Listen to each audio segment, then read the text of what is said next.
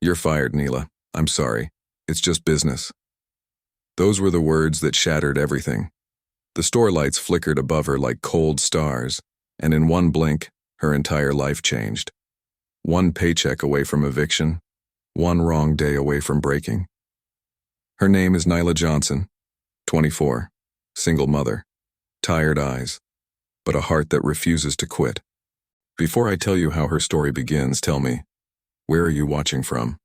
Drop your city in the comments, and if stories about strength, survival, and hope speak to you, hit that like button and subscribe. You'll want to stay for what happens next, because this story, this one might stay with you. Nyla left the store that evening with her last paycheck folded into her pocket like a memory already fading.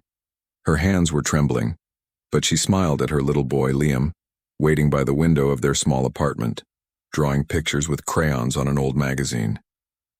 He was only 6, and his smile was the kind that made the world pause for a second. "Mommy, are we going to have pizza tonight?" he asked. She nodded, though she didn't know how. The fridge was almost empty, the rent overdue, bills stacked like a wall she couldn't climb.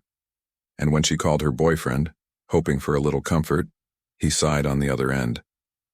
"Nyla, I can't keep doing this. You're always struggling, always tired. I need someone who's got her life together." She didn't cry. She just said, "Take care of yourself," and hung up. That night the world felt colder. The city outside their window pulsed with neon lights and indifference. Nyla sat beside her son, pretending to watch cartoons, but her eyes were fixed on the eviction notice on the kitchen counter. Final warning. The words burned. The next morning she went looking for work. Diner, supermarket, anything. But rejection followed her everywhere. "We're not hiring. You don't have enough experience. Try again next month." Every door felt heavier than the last. By evening, she returned home to find the landlord waiting, arms crossed. "I gave you extra time, Nyla. I can't wait anymore." Her son clutched her hand. "Please, just one more week," she begged. But his answer was a quiet shake of the head. Minutes later, she was outside, a duffel bag in one hand, Liam's tiny fingers gripping the other. The rain started slow, then harder, like the sky was breaking with her. Cars passed without slowing. People hurried by with umbrellas, pretending not to see. The city didn't care. The world didn't stop. And yet, somehow, Nyla did not crumble. They found a bus stop for shelter, sitting on the cold metal bench as water dripped from their coats. Liam leaned against her shoulder, half asleep, whispering, "Mommy, are we going to go home now?" She closed her eyes. Home, such a small word for something so big. She looked at her reflection in the puddle, tired, soaked, scared, and for a second she saw her mother's face, a woman who had fought her own storms. Maybe that's where Nyla had learned it, that even when the world takes everything, you don't stop breathing, you keep walking. A police car slowed nearby, the officer lowering his window. "Ma'am, do you need help?" She nodded, her voice barely a whisper. "Just a place to stay tonight." They were taken to a women's shelter, a small building with warm air and the smell of soup. The matron handed her a blanket and a soft smile. "It's not much, but it's safe." Nyla tucked Liam into a bunk bed, his breathing soft and steady. The rain still tapped against the window, steady like a heartbeat. She sat on the floor beside him, hugging her knees, and for the first time that day, let the tears fall silently. Her world had collapsed. Job gone, home gone, love gone. And yet, there in the quiet hum of the shelter, something small still burned. A spark that refused to die. Maybe it was faith. Maybe it was just love for her boy. She reached out and brushed his hair back, whispering, "Mom's gonna fix this, I promise." The promise echoed in her mind long after he fell asleep. It wasn't just words. It was a vow. To herself, to him, to the universe. No matter how deep the fall, she would climb again. And though she didn't know it yet, that night on the shelter floor would become the first chapter of her rise. Because sometimes the story of strength doesn't start with victory. It starts with loss. It starts with rain. It starts with a mother holding her child and refusing to give up. The mornings at the shelter always began the same way. The hum of tired voices, the sound of footsteps, the clatter of plastic trays. Nyla would wake before sunrise, sitting up quietly so she wouldn't wake Liam. She'd watch his tiny hand clutch the blanket, his peaceful face untouched by the weight of the world pressing on her shoulders. "One day, baby," she whispered. "You'll wake up in our own home again." But first she had to survive. Days blurred into one another. Job applications, rejection emails, long walks through the city with worn-out shoes. "We'll call you back," they'd say, with smiles that meant nothing. Sometimes they didn't even pretend to smile. In one office, a manager looked her up and down and said, "You don't really look reliable." The word stung more than she wanted to admit. Reliable, as if her skin, her clothes, her exhaustion made her less deserving of a chance. She thanked him anyway and walked out, head high, even though her throat burned. On the bus ride back to the shelter, she looked out the window at people rushing somewhere, laughing, living. The life she used to have, or maybe just dreamed of. When the bus hit a bump, Liam stirred beside her, clutching his backpack. "Did we find a job, Mommy?" She forced a smile. "Not yet. But we're getting closer." That night, after dinner at the shelter, when the lights dimmed and most people were asleep, Nyla pulled out an old second-hand laptop someone had donated. The screen flickered, slow and cracked, but it worked. She searched free online accounting courses. She had always been good with numbers. Back in high school, before life got complicated, she used to help her classmates with math homework. Maybe, she thought, this could be her way out. Each night, while Liam slept beside her, she studied in silence. Income statements, balance sheets, financial projections. Words that felt foreign at first but slowly became familiar friends. Her eyes burned, her back ached, but she didn't stop. "You can't build a future," she whispered to herself, "if you stop halfway." Sometimes the shelter staff would walk by and see her still awake. "You should get some rest," they'd say gently. She'd nod but keep typing. Sleep could wait. Freedom couldn't. Days turned into weeks. She found odd jobs to keep them afloat. Cleaning offices, handing out flyers, babysitting. Every coin she earned went toward food, bus fare, and a little notebook where she tracked every expense. "If I can't control the world," she'd tell herself, "at least I can control the numbers." One afternoon, she saw a flyer pinned to a community board. Accounting internship. Major financial firm, downtown. Unpaid. 3 months. Experience required, none. Commitment required, everything. It almost felt like a joke. But something deep inside her whispered, this could be it. She printed her resume, 1 page, thin as hope, and went to the office the next morning. The building was glass and steel, towering above her like a world that didn't belong to her.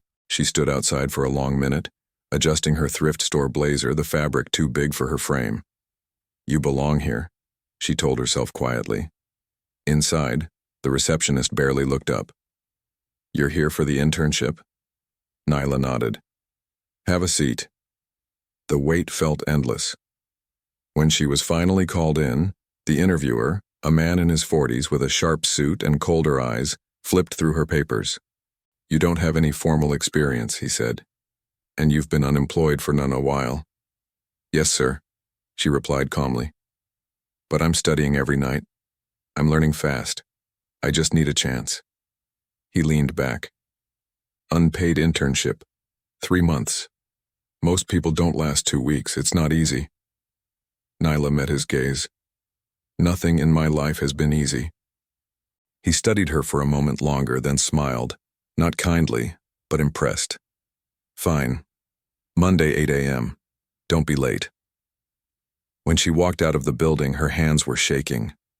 Not from fear, but from something stronger. Determination. She called the shelter from a payphone. "I got it," she whispered, her voice trembling. "It's unpaid, but it's a start." The woman on the other end smiled through her tone.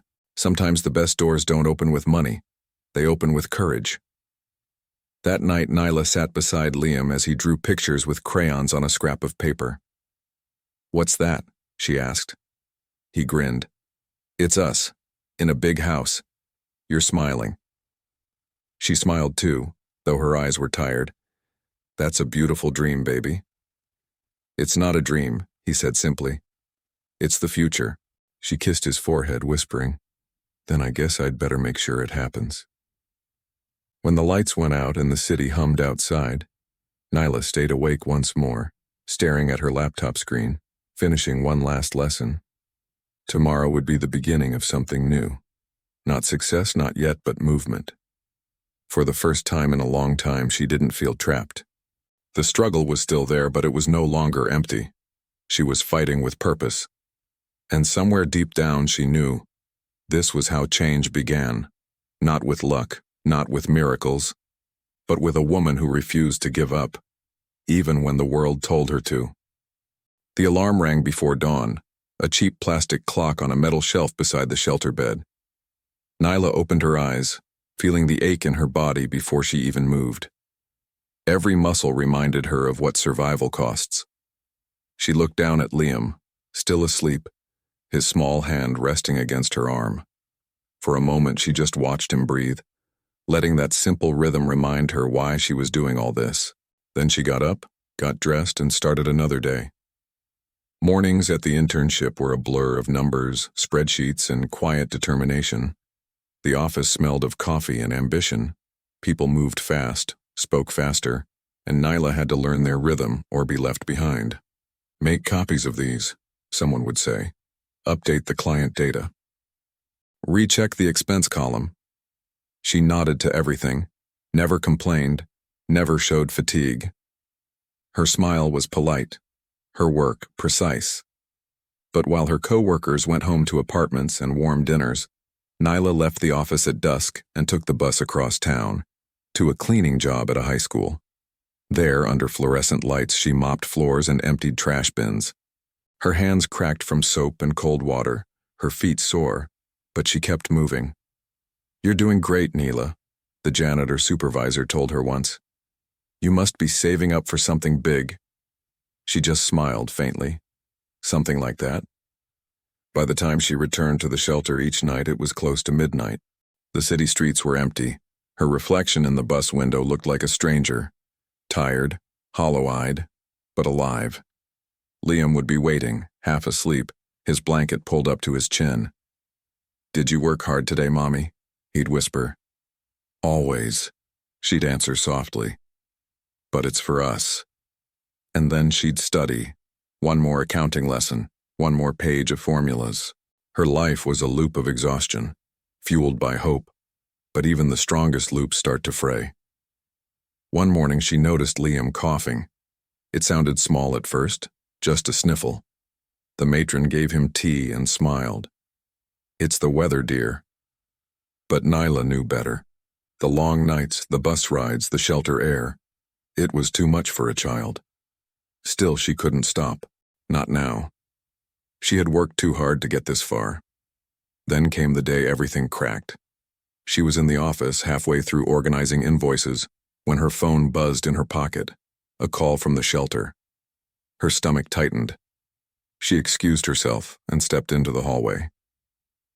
"Ms. Johnson," the voice on the phone said gently, "your son's fever has gone up. He's asking for you." Nyla's world tilted. The documents in her hand blurred. She wanted to run, but she hesitated. The internship wasn't paid, but it was everything. It was the future she had been building night by night. If she left now, she might lose it all. But then she remembered his voice last night, weak, sleepy. "Mommy, can you stay tomorrow?" She didn't think twice. She grabbed her bag, hurried to the elevator, and left the building without looking back. Rain started as she reached the bus stop, sharp cold drops cutting through the air. By the time she reached the shelter, her clothes were soaked. Liam lay on his cot, cheeks flushed, breathing shallow. She knelt beside him, holding his hand. "Hey baby, Mommy's here." His eyes fluttered open, a faint smile breaking through. "You came back." "Of course," she whispered. "Always." She spent the night by his side, cooling his forehead, humming softly until his breathing steadied. Around midnight, when he finally slept, she sat by the window of the shelter, watching the rain blur the city lights. She felt fear gnawing at her. She knew she might lose the internship. But in that moment, she also knew something else. Success meant nothing if she lost herself or the one person she was fighting for. The next morning, Nyla didn't go to work. She stayed until Liam's fever broke.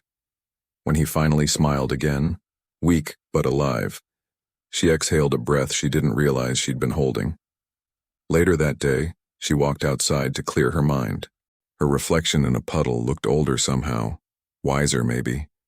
Tired, yes, but not defeated. She whispered to herself, "No job is worth more than love."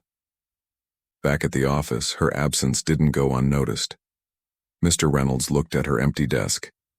Her notes were still neatly stacked, reports unfinished. He frowned slightly. "Anyone here from Nyla today?" A coworker shrugged. "She just didn't show up." He tapped his pen thoughtfully. Nyla had been the quiet one, the one who never complained, who stayed late without being asked.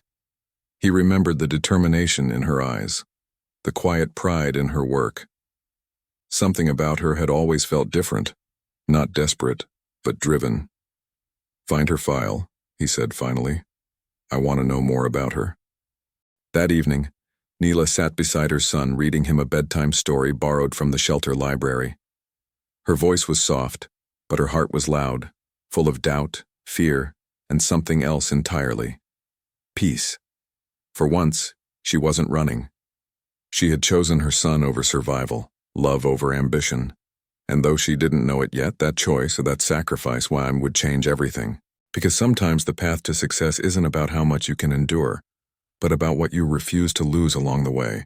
The office was quiet that morning, but the tension in Nyla's chest was anything but silent. She had been dreading the moment, wondering if her carefully constructed life, the fragile balance she'd held for months, was about to collapse. You see, Nyla Johnson wasn't just an intern or a struggling single mom. She was a young black woman carrying the weight of every expectation and every doubt cast upon her. The moment Mr. Reynolds' assistant knocked and asked her to step into his office, her heart raced. Before she could take the first step, "I want to ask you, viewers, who are you and where are you watching from today? Let me know in the comments, and while you do, make sure to subscribe to the channel and hit that like button so you don't miss the next part of Nyla's journey." She walked in, holding her head high, even though her body felt like it had run a marathon just standing there. Mr. Gray, the head of the department, looked up from his papers, his sharp eyes meeting hers with a curiosity that cut straight through the usual office pretense. There was no anger in his voice, only a calm that startled her. "Nyla," he began, "I've learned a lot about your situation, about what you've been carrying on your shoulders." For a moment she thought he might scold her, might tell her that her circumstances made her unfit for the work, but instead, he leaned back, folding his hands. "I'm not here to punish you. I want to give you a chance, and a real one." Nyla blinked, her lips parting in surprise, because a chance like this didn't come often, especially not to someone like her. Someone with a worn backpack instead of a briefcase, a single mother instead of a polished career track record. "I want you to take the lead on this project," Mr. Gray continued. "It's important. I'll be watching, but I believe you're the right person for it." The words sank in slowly, and for the first time in months, Nyla felt the weight in her chest ease, replaced by a spark of hope. The project was complex, full of challenges she hadn't faced before, but she approached it like she had approached everything else in her life, with meticulous care, quiet determination, and a refusal to let circumstances define her worth. She worked late nights after putting Liam to bed, reviewed every report, double-checked every detail, and made sure she was beyond prepared for every meeting. Slowly, the office began to notice. Her team, initially skeptical, saw her commitment, her reliability, and even her innovative solutions that no one else had thought of. Her supervisor, who had once questioned her capability, started leaving her notes of encouragement. But Nyla never let it get to her head. She didn't need praise, only the chance to prove to herself and her son that persistence could carve a path even through the hardest of times. Then came the day of the presentation. The room was filled with executives, some of whom had doubted her from the start. As she spoke, every chart, every carefully explained point resonated with clarity and confidence. When she finished, the silence was broken not by criticism, but by nods of approval, and even a few smiles. Mr. Gray leaned forward, his expression softening into something close to admiration. "You've got something money can't buy," he said, his voice calm but deliberate. "Persistence. You've shown us all what determination truly looks like." Nyla felt a rush of relief and pride, not because she had impressed the executives, but because she had stayed true to herself, had faced the impossible, and had come out on the other side stronger. That evening, as she walked home with Liam's small hand in hers, the city lights reflecting off the wet pavement, she whispered to him, "See, Liam, Mom's gonna make it. We're gonna be okay." And for the first time in weeks, she allowed herself to smile freely, knowing that the struggle wasn't over, but that every step she had taken, every sacrifice she had made, had brought her closer to a life where she could breathe, dream, and provide for her son. She had learned a truth many never understand, that circumstances may knock you down, but your courage, your effort, and your unwavering belief in yourself could turn even the darkest moments into breakthroughs. Remember, viewers, life will challenge you, but it's your persistence, not your privilege, that will define your story. If you've been inspired by Nyla's journey, make sure to subscribe to the channel and give this video a like. Let us share stories that show the power of resilience and hope. The elevator doors open, and Nyla steps out into the sleek, bright office building, the sunlight bouncing off the polished floors and glass walls. It's been a year since that rainy night when everything seemed lost, and yet here she is, walking with quiet confidence, her heart racing with the memory of how far she has come. Before we dive into this moment, I want to ask you, viewers, where are you watching from? What city? What country?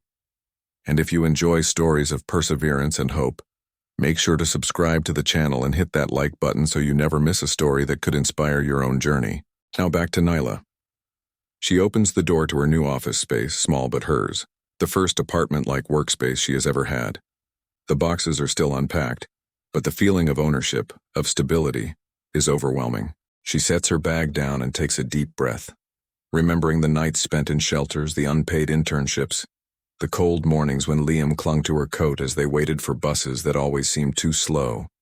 Every rejection, every no, every moment when she felt she might fall completely through the cracks now feels like a stepping stone to this room, this desk, this quiet moment of victory. Later that day, she walks with Liam through the front door of the small apartment she has rented for the first time in months.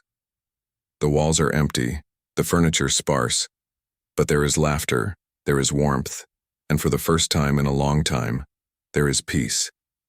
She sets up a bed for Liam, the mattress firm but clean, and watches him crawl into it, his small hand waving at her with a sleepy smile.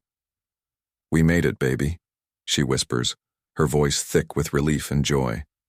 Not rich, but free. She steps back into the living room, looking at the city skyline through the apartment window, the lights twinkling like 1,000 tiny reminders that life can be beautiful after all the struggles. And in that quiet moment, Nyla understands something essential. Success isn't measured by wealth or status.